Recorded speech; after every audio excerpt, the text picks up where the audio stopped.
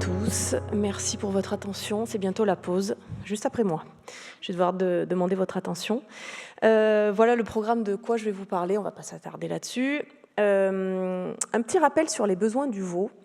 Le veau, pour son épanouissement, il a besoin jusqu'à 2 ans de se construire physiquement, mentalement à partir d'interactions, des expériences sensorielles, des explorations, des observations et des apprentissages. Et c'est ainsi qu'il gagne en capital confiance. Je travaille beaucoup là-dessus.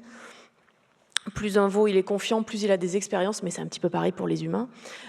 Plus ça va être des veaux qui sont faciles à manipuler et moins vifs et moins dangereux pour plus tard. Les études montrent clairement que si on apporte de l'enrichissement au veau, ça favorise les comportements locomoteurs, le jeu, les activités orales non nutritives. Par contre, le bémol, c'est qu'il y a une certaine habituation à l'objet, mais c'est comme les enfants, ils veulent un jouet, ils le veulent beaucoup, et puis au bout d'un moment, quand ils l'ont eu, ils passent à autre chose. Donc il faut garder en tête qu'il y a un aspect de nouveauté qu'il faut maintenir avec le jeune bovin. Donc la réalité sur le terrain, et moi ça me fait très mal aux yeux quand je vois ça, c'est qu'actuellement on est dans des espaces appauvris. Bon, alors ce terme en plus il fait très peur quand je parle à mes éleveurs, je leur dis bon, vous avez des animaux dans un espace appauvri, tout de suite ils me disent ah bon? Non mais c'est le jargon scientifique. Et en plus cet environnement-là favorise quelle activité d'après vous? Le repos, mais aussi les interactions sociales. Et donc, dans un espace confiné, quand on s'ennuie, quand on n'a pas d'autre chose à faire, on va plus s'occuper du voisin, alors que quand on est dans un espace un peu plus ouvert, on prête de l'attention au voisin sans aller jusqu'à forcément l'agressivité. Donc, l'environnement enrichi, mais ça vous le savez tous, favorise l'exploration, les comportements de jeu, éveille les animaux, et en plus, je vais vous expliquer plus tard qu'il y a aussi un lien qui se crée différemment avec l'éleveur. Donc là, je vais vous présenter l'objet que j'ai amené là et que j'ai co-construit avec, entre autres, Alison, que vous avez vu juste avant, donc la société Bioré. Je vais vous présenter ses caractéristiques, les comportements de l'animal face à l'objet et enfin les témoignages des éleveurs parce que ça fait plus de 12 ans. On l'a testé avec Alison sur des fermes expérimentales, mais moi, à travers mes formations, à travers mes éleveurs partout en France, aussi bien en allaitant qu'en laitier, c'est mes clients et donc on a eu l'occasion de travailler de l'enrichissement et particulièrement cet objet, cette pyramide. Donc déjà, l'équipe qui a travaillé sur ce magnifique objet, c'est moi, ma petite tête d'agricultrice et d'experte en bien-être du bovin. J'ai voulu tester cet objet. Donc au début, on est parti sur des simples tubes de caoutchouc. Et en fait, on s'est rendu compte que les animaux les adoraient, mais ils les cassaient et ça se trouvait après dans le fumier. Donc ça, il ne faut pas du tout que ça apporte des contraintes à l'éleveur, parce que l'éleveur, il aime bien se faire des nouveautés, mais il ne faut pas que ça lui apporte des contraintes. Bioré, bon, je ne vais pas représenter la société, vous venez de la voir. Et donc, on a co-construit cet objet-là qui en fait est un objet multisensoriel et il est évolutif parce qu'on a pensé à l'aspect nouveauté et l'aspect changement de forme pour stimuler le bovin. Donc, on a travaillé sur les surfaces qui ne sont pas de la même forme. On a travaillé sur les couleurs, sachant qu'il y a des couleurs qui sont moins vues que d'autres, mais bon, il y a quand même des contrastes différents. Et puis l'odorat, c'est-à-dire qu'au-dessus, on peut fixer une petite capsule et en mettant des éponges imbibées, soit pour faire juste un éveil sensoriel olfactif, soit pour traiter des pathologies respiratoires. Quand le bovin ira lécher l'objet, il sentira par exemple des huiles essentielles. Ou ça dépend comment il décide de traiter, de travailler avec cet objet. Donc on a vraiment voulu travailler sur les 5 sens, c'est pour ça qu'il s'appelle Ethosens. Donc les différentes caractéristiques sont ressorties à partir des premières lettres. C'est très, très intelligent, je trouve, de faire ça. Donc un côté éducatif, forcément, votre bovin, il y a le côté apprentissage, la curiosité, il y a l'instinct naturel du veau qui est quand même beaucoup porté sur l'exploration. Dans un environnement qui est appauvri, on ne favorise pas l'exploration du veau, on favorise des comportements assez basiques, manger, s'hydrater, se reposer, profiter quand il peut, s'il n'est pas trop stressé par sa sa pression sociale. Donc là, on va vraiment favoriser ce comportement d'exploration. Il y a tout le côté tactile qui est beaucoup sollicité avec l'objet. De toute façon, on cherche à ce que l'animal le touche, le lèche, le flaire, donc le sens du toucher est très sollicité. Le côté hygiénique, c'est très facile d'entretien. On a choisi des matériaux qui se lavent facilement, qui s'entretiennent facilement pour le confort des animaux et des éleveurs. Il est original, moi je le trouve original, et puis j'aime bien travailler sur l'originalité. Il est sécurisé, on a travaillé des matériaux qui durent, parce qu'il faut savoir que quand un lot de veaux a des objets d'enrichissement toute la journée à disposition, forcément, il va avoir une certaine usure de l'objet, des frottements qui sont répétés. Donc il faut penser à la sécurité et aux actions répétées sur l'objet. Il est économique, on a essayé de travailler sur un budget limité. L'éleveur, il veut bien enrichir, mais bon, il ne veut pas non plus exploser son PEL. Donc on a essayé de respecter des budgets à moins de 50 €, sachant que c'est un objet où on peut démonter, on peut interchanger des modules et les changer. En fait, l'éleveur, à partir de cette pyramide, il peut en construire 2, 3, 4, et c'est l'objectif quand même d'enrichir abondamment l'environnement du veau. Il est novateur, et enfin, il est stimulant. Donc là, j'ai fait des petites vidéos sur le terrain, parce qu'une vidéo, elle parle souvent plus qu'un long discours. Donc là, moi, ce que j'aime bien, c'est qu'en fait, l'animal, il est complètement acteur.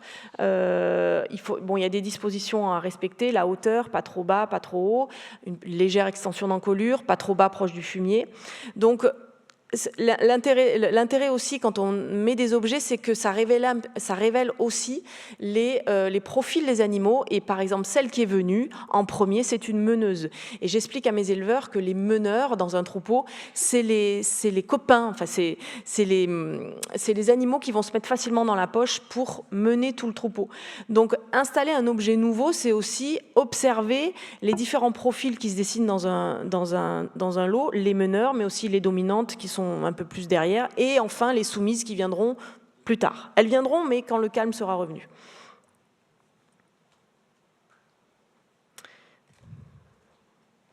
Donc là, j'ai désarticulé ma pyramide et je lui ai fait donner une autre forme. Ma testeuse, toujours meneuse forcément, qui vient en premier. Donc le fait de changer les formes, ça aussi incite l'éleveur à rentrer plus souvent dans la case des veaux. Et ça, c'est ce qui manque aussi un petit peu aux éleveurs, c'est que tout est automatisé, tout est robotisé, et on peut faire beaucoup de choses à travers la barrière, et on est moins obligé de rentrer dans les parcs, et les objets incitent l'éleveur à rentrer, et donc c'est beaucoup plus intéressant pour les interactions avec le bovin. Donc là, c'est une courte vidéo d'une vache en fait, qui a des comportements, elle, justement, de jeu de tête. Donc chaque vache aura ses comportements ses propres comportements qu'elle va développer. Donc il y en a qui développent plutôt le léchage, d'autres le jeu. Ça, c'est chacun est acteur enfin, chacun choisit d'utiliser l'objet comme il le souhaite. Et là, c'est des petites velles en Espagne. Je suis pas exprès allée les tester en Espagne. J'ai fait une conférence en Espagne lors d'un congrès et je l'avais utilisé. Donc là, ce que j'apprécie, c'est qu'on voit qu'il y a une interaction en collectivité. Et donc, ça pousse aux animaux à se rapprocher et à avoir des interactions positives entre animaux. Donc, les éleveurs, qu'est-ce qu'ils en pensent de tout ça, de l'enrichissement? Au début, ils étaient un petit peu, peut-être comme vous, pourquoi faire, ça sert à quoi? Et en fait, les retours sont quand même assez positifs, même très positifs. Ils observent plus de facilité et moins de nervosité des animaux. Les animaux dorment mieux, il y a plus de contact dans les parcs, donc ils constatent qu'ils vont plus voir les animaux.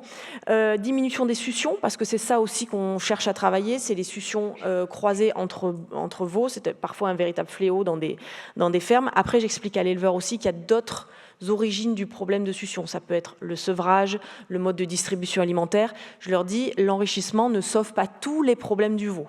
Il y a un besoin de succion que le veau doit combler, ça c'est clair, mais il ne faut pas penser que l'enrichissement, ça va résoudre tous les problèmes. Donc on fait un diagnostic sur place, en voyant si l'enrichissement, ça peut être bénéfique ou pas face aux problèmes de succion.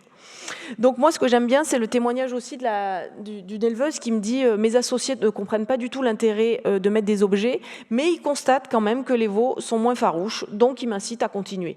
Donc c'est assez marrant de voir que parfois certains éleveurs qui n'ont pas suivi la formation sur l'enrichissement ne comprennent pas, mais ils constatent, bon, par magie peut-être, que ça fonctionne, donc ils adhèrent au principe. Donc bien-être animal, qu'est-ce qu'on en dit? Que les animaux apprécient la nouveauté. Il va falloir conclure. Là. Ok, c'est fini? Non, on peut continuer. C'est la dernière slide. Ok, très bien. Donc le bien-être animal, les veaux sont plus éveillés, moins nerveux, s'ennuient moins et donc sont moins dangereux dans les manipulations futures. Et le bien-être humain, on constate vraiment un plaisir d'observer les comportements naturels du veau, comme l'exploration, le jeu.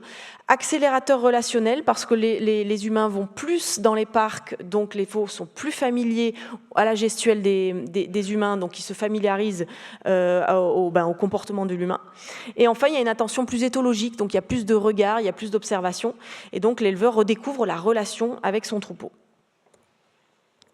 Voilà, merci de votre attention. Merci, on va prendre une ou deux questions dans la salle. Sinon, juste pour finir cette session 3. Non, pas de question. Moi, j'avais juste Tout était clair. Ouais, j'avais juste une question, c'est l'aspect de démontage. Comme je suis un peu técosse, je me pose toujours la question comment ça se démonte. Là, j'ai vu que vous arriviez. Alors, est-ce que vous avez des mailles particulières? Oui. Voilà, si vous pouvez nous montrer. Juste pour finir. Puisque vous avez amené l'outil.